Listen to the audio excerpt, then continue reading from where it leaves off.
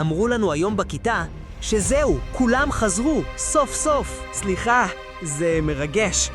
אפשר להוריד את הסרטים, נכון? המשימה הושלמה.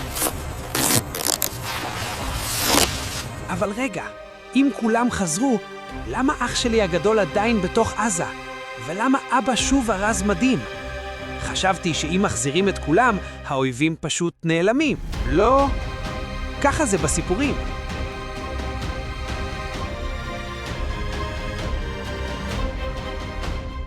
אבא הראה לי את זה.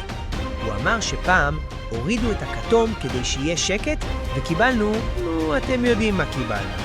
הוא אומר שהסרט הצהוב זה כדי להביא אותם הביתה, אבל הכתום זה כדי לוודא שלא נאבד עוד אחים שלנו.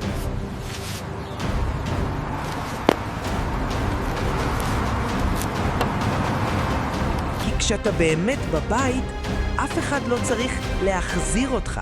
אז אם כולן כבר פה, למה אנחנו עדיין מפחדים לחזור הביתה?